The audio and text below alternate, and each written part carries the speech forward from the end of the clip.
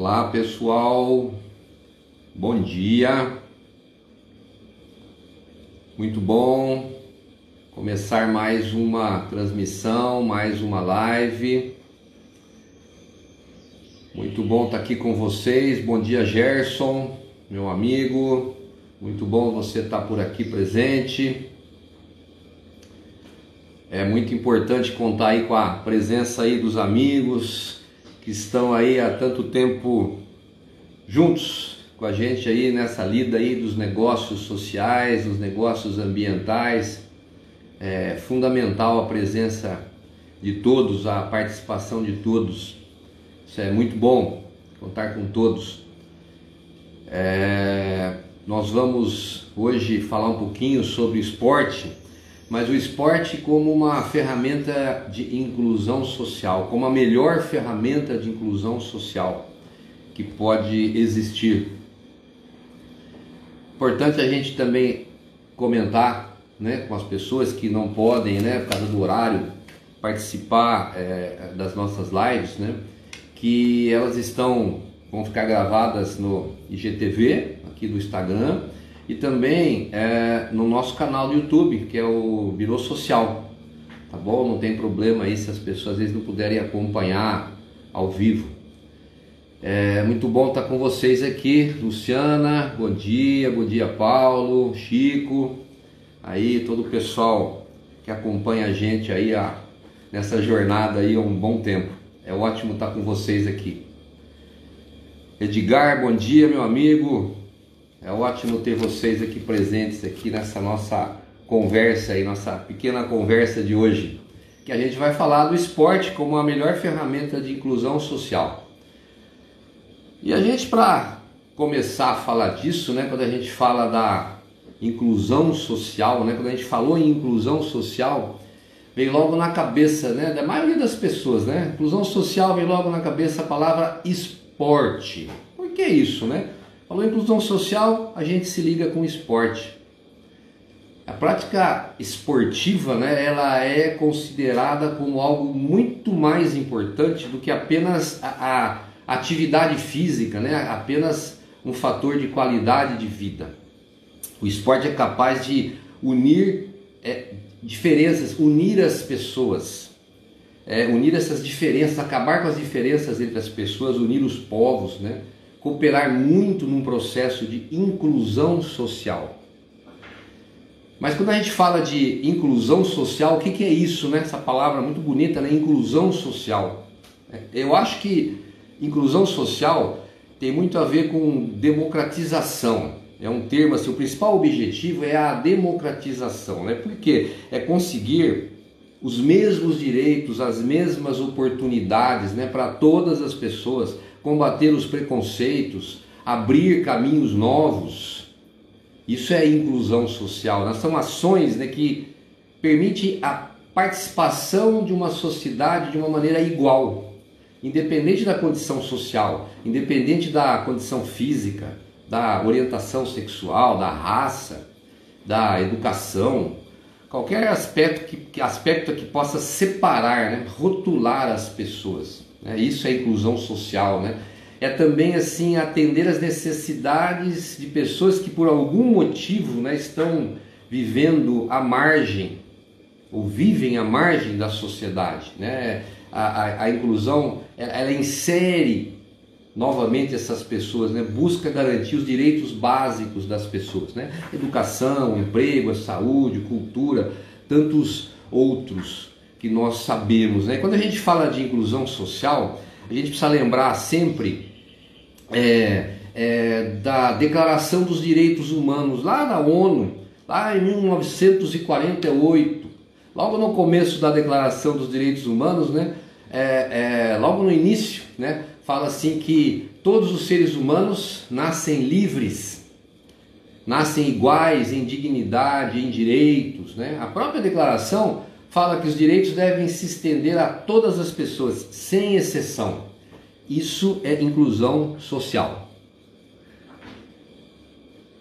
Esse pequeno início, né, para a gente entender por que inclusão social. Bom dia, Tatiana, Andréia, Ricardo Urso, os amigos aí que acompanham a gente. Muito bom ter vocês aqui, é uma honra estar com vocês participando aqui dessas nossas conversas, né? Quando a gente fala de esporte, é uma ferramenta de inclusão social, eu acho que é uma das maneiras mais eficazes de conseguir tudo isso, né? Quando a gente fala de cumprir com os direitos humanos, né? Da Declaração dos Direitos Humanos, todos temos os mesmos direitos. É o esporte como elemento que mobiliza, é mobilização social, como ferramenta para promoção de uma cultura de paz, de incentivo à convivência democrática, de estímulo do trabalho colaborativo, cooperativo, do respeito à diversidade, né? E são muitos benefícios para quem pratica o esporte. Não é só uma questão individual da própria pessoa, mas é principalmente uma questão coletiva. É por essa razão que o esporte ele precisa ser tratado como um recurso mesmo, né? Um recurso imprescindível nesse processo educativo, porque ele complementa, ele acrescenta valores na formação dos seres humanos como um ser integral, saudável, desde a infância até a idade adulta, né? Sem exceção. Né? E além de ser essencial para o desenvolvimento, né, integral do ser humano, das pessoas, a prática esportiva ela pode ser também um instrumento assim, muito poderoso, né, que estimula mudanças na convivência social, principalmente isso. Né? E aí a gente fala esporte é pura emoção, né? É inspiração. Alguém duvida disso, né? Que esporte é emoção, é inspiração, né? É algo que tem um grande poder, né? Ele pode fazer a gente chorar com a mesma facilidade que pode fazer a gente explodir de alegria, né? Quando a gente vai em grandes eventos esportivos, né, por exemplo, nos Jogos Olímpicos, para quem teve condições, né, de participar, de assistir Jogos Olímpicos, na Copa do Mundo, né? É emocionante, é inspirador. Eu participei, por exemplo, da São Silvestre ano passado, me preparei o ano todo para isso, tá? Até meu treinador está aqui, que é o Edgar. Na hora da largada, né, na Avenida Paulista, 35 mil pessoas, eu chorei. Literalmente, eu fiquei muito emocionado, eu chorei. Isso é o esporte, né? Mas a gente não vai também só olhar esse lado, né? Esse é apenas um lado muito fascinante, muito glamouroso do esporte, né? Por outro lado, a gente encontra uma história um pouquinho menos badalada, né? Mas muito mais inspiradora quando a gente fala de esporte, né? É o uso do esporte como uma ferramenta para o desenvolvimento social, para o desenvolvimento humano, né? E não é de hoje que a gente enxerga que a prática esportiva é uma grande janela de oportunidades para transformar as pessoas. É uma transformação pessoal.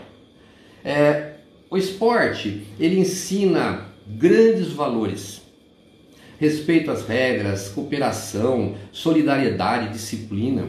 Desenvolve assim habilidades nas pessoas, né? Como autonomia, autoconfiança, persistência, autoestima. E o legal é que tudo isso pode ser usado na vida, né? No ambiente de trabalho, na casa, na convivência entre as pessoas. Né? É muito importante essas regras que a gente aprende, que as pessoas aprendem. E eu não me esqueço nunca, porque uma da metodologia que eu apliquei, que é da 5 Cs aí do professor Edgar, né? Que fala de tudo isso mesmo, né? Que deixa eu ver se eu me lembro agora, os 5 Cs, o conhecimento, consistência, o cronograma, a coragem e o comprometimento. Isso são valores que a gente traz para a vida. Não é só para o esporte, né? É para a vida. A gente aplica isso no dia a dia na vida, né? E o mais importante, a prática esportiva é o maior meio de inclusão social, da igualdade, da convivência democrática, né? Especialmente, principalmente quando a gente fala de crianças, adolescentes que vivem em regiões de baixa renda, com poucas chances de crescimento pessoal. E quando a gente fala de adultos em condições de vulnerabilidade. Por exemplo, egressos do sistema penitenciário, né? Ex-presidiários, moradores de rua. E moradores de rua não é só aquele, a gente fala, quando fala morador de rua, a gente sempre pensa às vezes no masculino, né, do homem, um pouco mais adulto, naquele indigente. Não, moradores de rua, nós temos crianças moradores de rua, muitas crianças moradores de rua. Quando a gente fala dos idosos, de pessoas com deficiência, quando a gente olha para tudo isso, né, a gente vê que o esporte pode proporcionar essa inserção, essa integração entre as pessoas. As diferenças acabam sendo minimizadas, né? Coloca todos no mesmo patamar. Por tudo isso, né, que a gente vê, a gente participa, enxerga, que cada vez mais surgem institutos, organizações que visam usar o esporte como um principal meio de mudar a realidade dessas pessoas, trazer novas oportunidades para essas pessoas que estão em vulnerabilidade social, de N formas, né?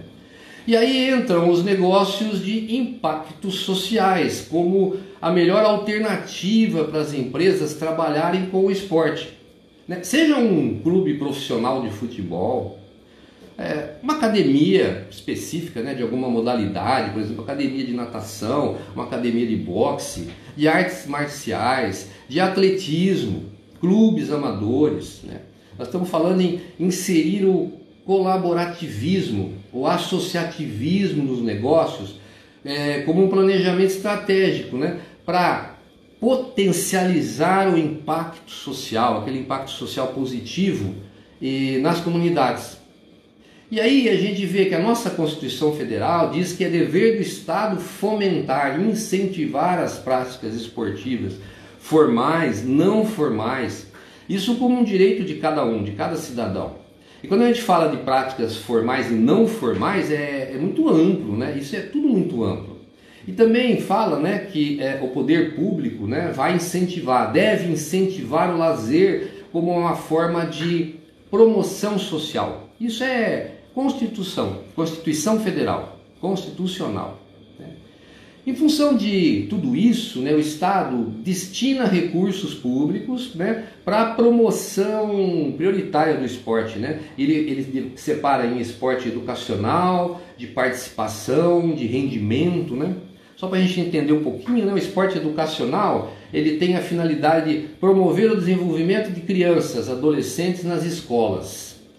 O esporte de participação, né, acaba tendo o intuito de contribuir para a experimentação do esporte, né, na vida social das pessoas, né, na participação massiva das pessoas. E o esporte de rendimento que tem como objetivo a formação de atletas, né, para atuar nas competições nacionais, internacionais. Né. Nós já vimos isso em outras oportunidades, a questão do incentivo, né, o incentivo para o desenvolvimento das práticas esportivas, né, é um dever do Estado, mas que a iniciativa privada ela pode, deve complementar essas ações de responsabilidade do Estado e dessa forma obter alguns benefícios tributários, imunidades de impostos, alguns recursos através de leis de incentivos, né? Nós já comentamos outras vezes e vamos falar depois em especial numa próxima oportunidade exclusivamente aí de leis de incentivo na área do esporte. Isso é interessante. Vocês sabem aquele adesivo que a gente vê nos carros, né? Aquelas frases, aqueles adesivos, né? Gentileza gera gentileza, né?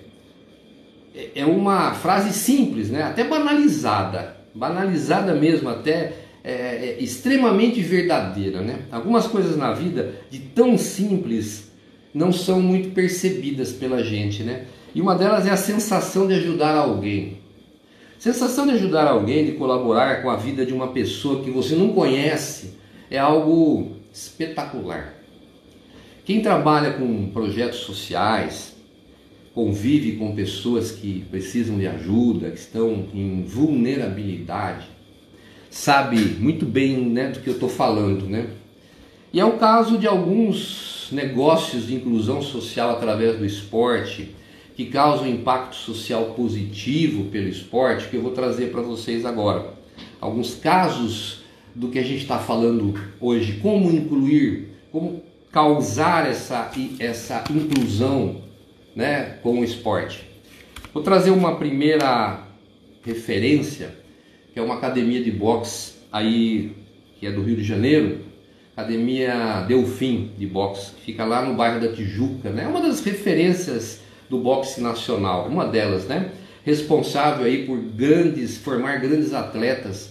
E eles mantêm atualmente uma série de projetos sociais, né? O proprietário, que é o Gabriel Ribeiro, jovem Gabriel Ribeiro, grande amigo aí, fundou em 2013, 14, a associação que se chama Associação Mais Vida, que tem a sede no mesmo prédio da academia. Essa instituição, né, ela oferece atividades especiais para jovens, para idosos e emprega os egressos do sistema penitenciário. É uma forma, né, é um projeto de ressocialização.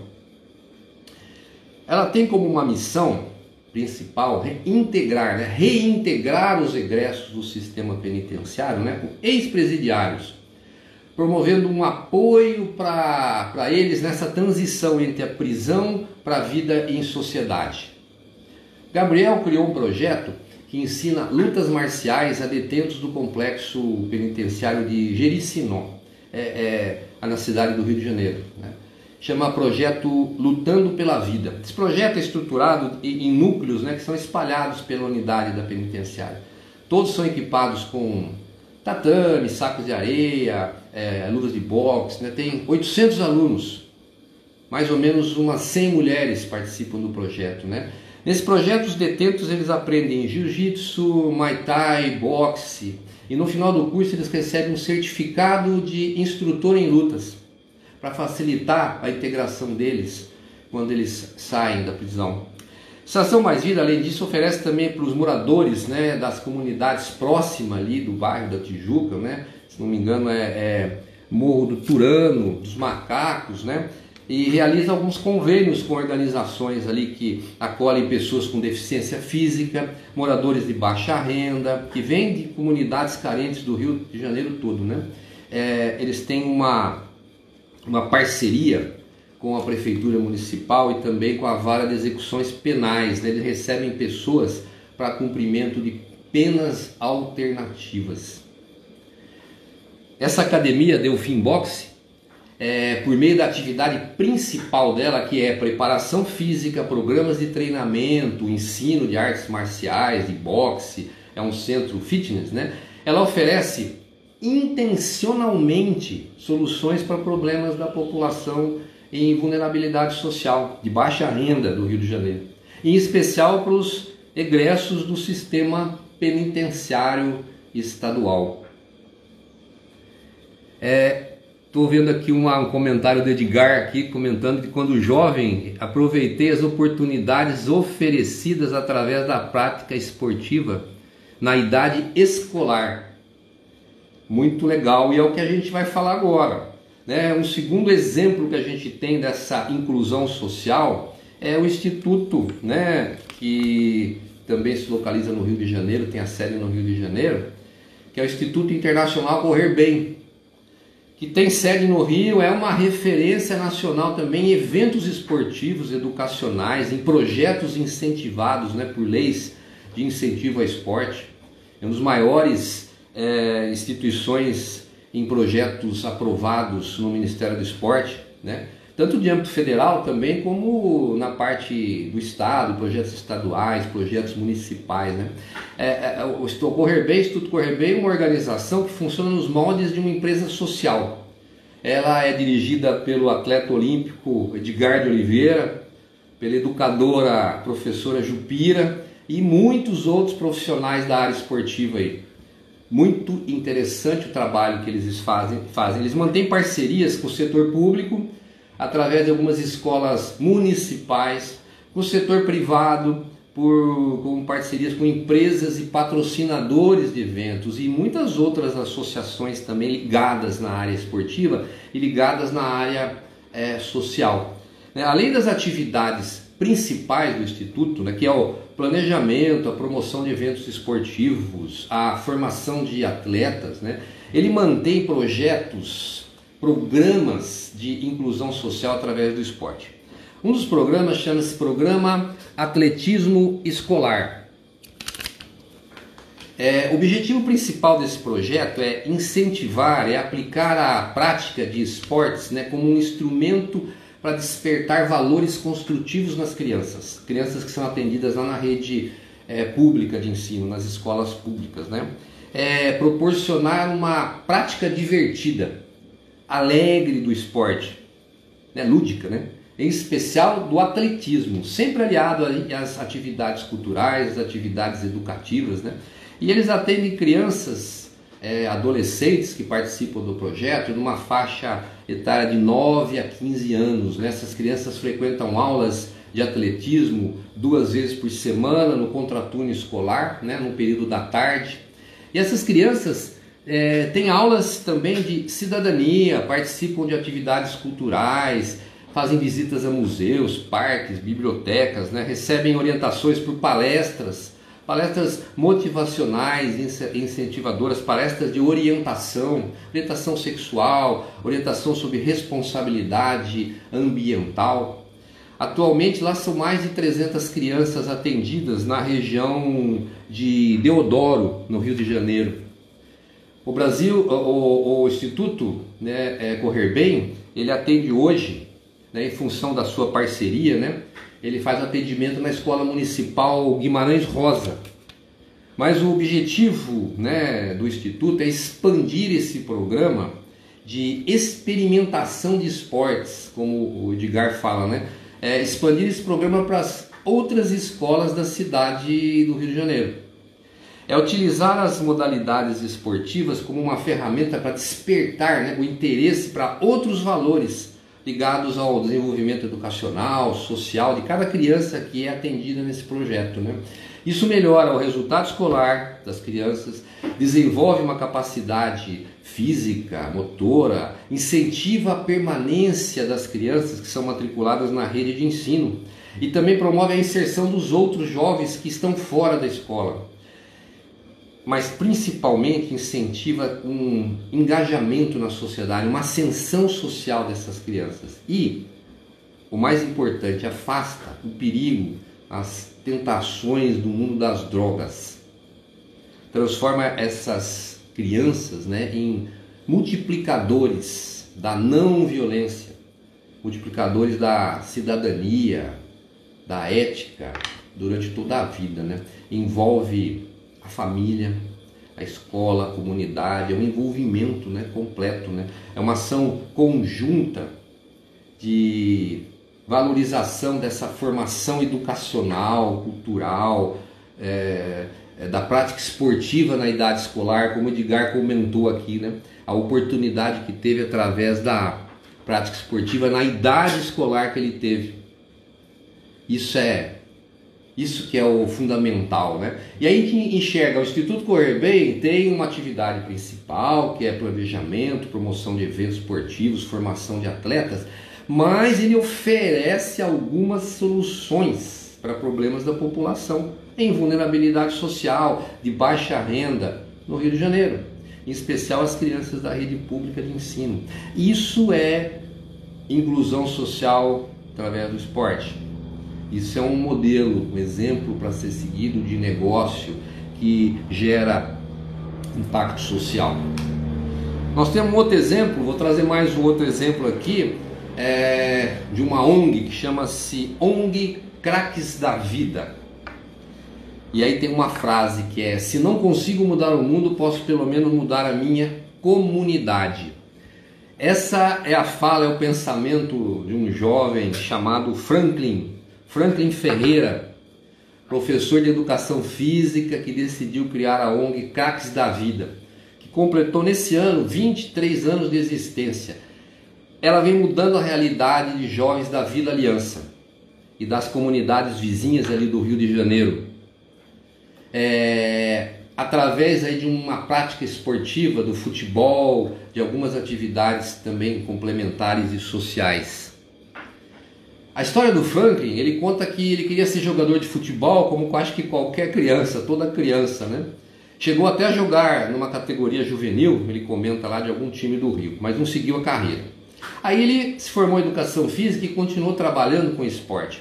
Ele iniciou esse projeto que ajuda outros jovens da comunidade onde ele nasceu, onde ele foi criado e onde ele vive até hoje.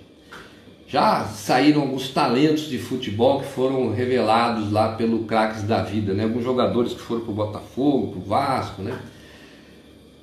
O Craques da Vida, como o nome até sugere, né? Não fica só no futebol. O projeto ele incentiva também a cultura, a educação de jovens da comunidade, né? Com outras atividades.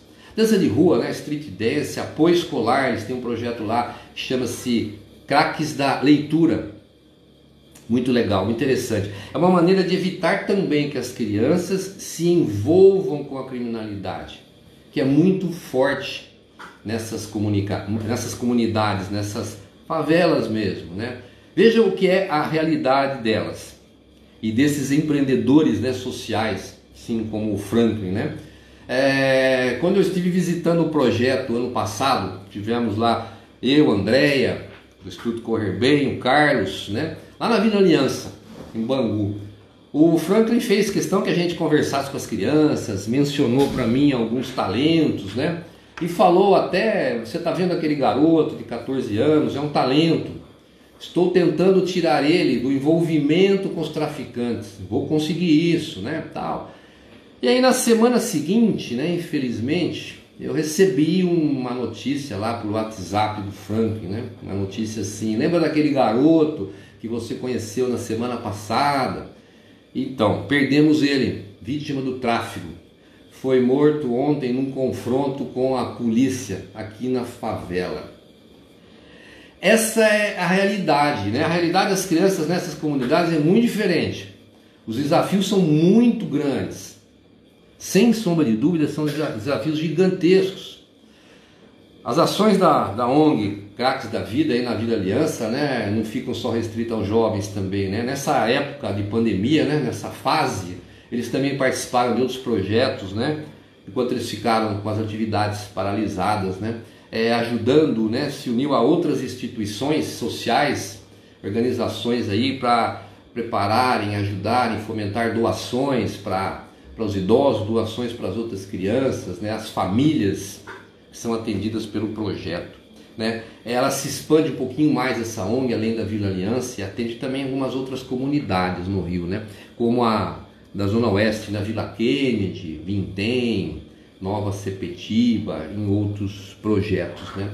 Lá eles atendem atualmente uma média de 150 crianças e adolescentes na educação e no esporte, e nesse período de existência dessa organização, eles atenderam mais de 5.000 jovens em condições de vulnerabilidade. Olha que impacto social que foi trazido e foi puxado pelo esporte. É algo que faz a gente pensar muito. E quando a gente fala em inclusão social, né, a gente está falando muito em inclusão social através do esporte, a gente não poderia deixar de mencionar a inclusão das pessoas com deficiência, PCDs.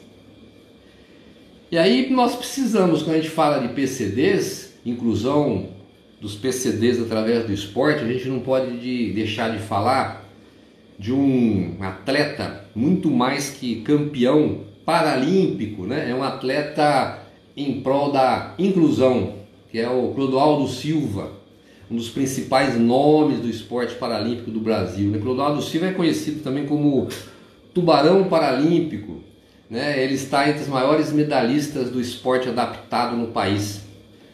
Nos últimos anos, em 5 Jogos Paralímpicos, né, ele conquistou uma marca impressionante, 14 medalhas, 6 de ouro, 6 de prata e 2 de bronze, né? Ele foi escolhido aí para conduzir a pira paralímpica na abertura dos Jogos, né, no Rio, em 2016, né?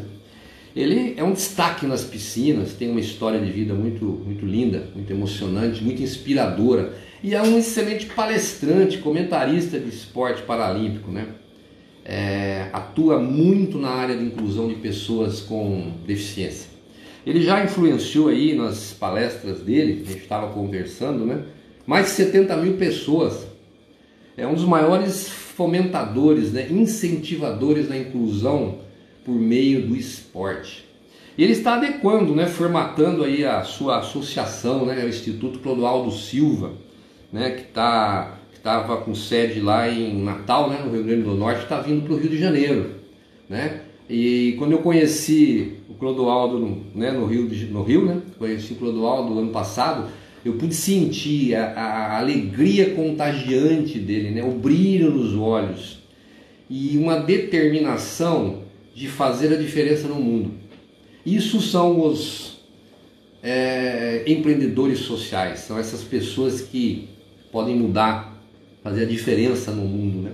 Se a gente ficar falando dos projetos sociais, a gente vai falar o dia todo, principalmente na área de esporte. São muitos exemplos que a gente tem. A gente podia estar falando do Instituto 01 lá de Londrina, meu amigo Alencar, treinador, preparador físico, um ex-jogador profissional de futebol que mantém um projeto lá com as crianças naquela cidade. Íamos falar do Instituto Natália Falavigna, lá de Londrina também, medalhista de ouro em Jogos Olímpicos, Taekwondo. Vamos falar da Associação Olhar de Bia. A Associação Olhar de Bia é aqui em Guarulhos, em São Paulo, né? A Bia Martins é uma garota de 20 anos, que desde os 6 anos de idade cuida de comunidades carentes. A Associação Olhar de Bia tem 14 anos de existência, a Bia tem 20. E um dos pilares da associação, né, de cuidar das pessoas, cuidar daquela região, das comunidades carentes, um dos pilares é a inclusão pelo esporte, os esportes nas artes marciais. Nós temos um instituto Todos na Luta, na comunidade do Vidigal, N casos que a gente poderia estar falando, né? São muitos exemplos de negócios de impacto sociais, de empreendedores sociais, de pessoas que estão transformando o mundo.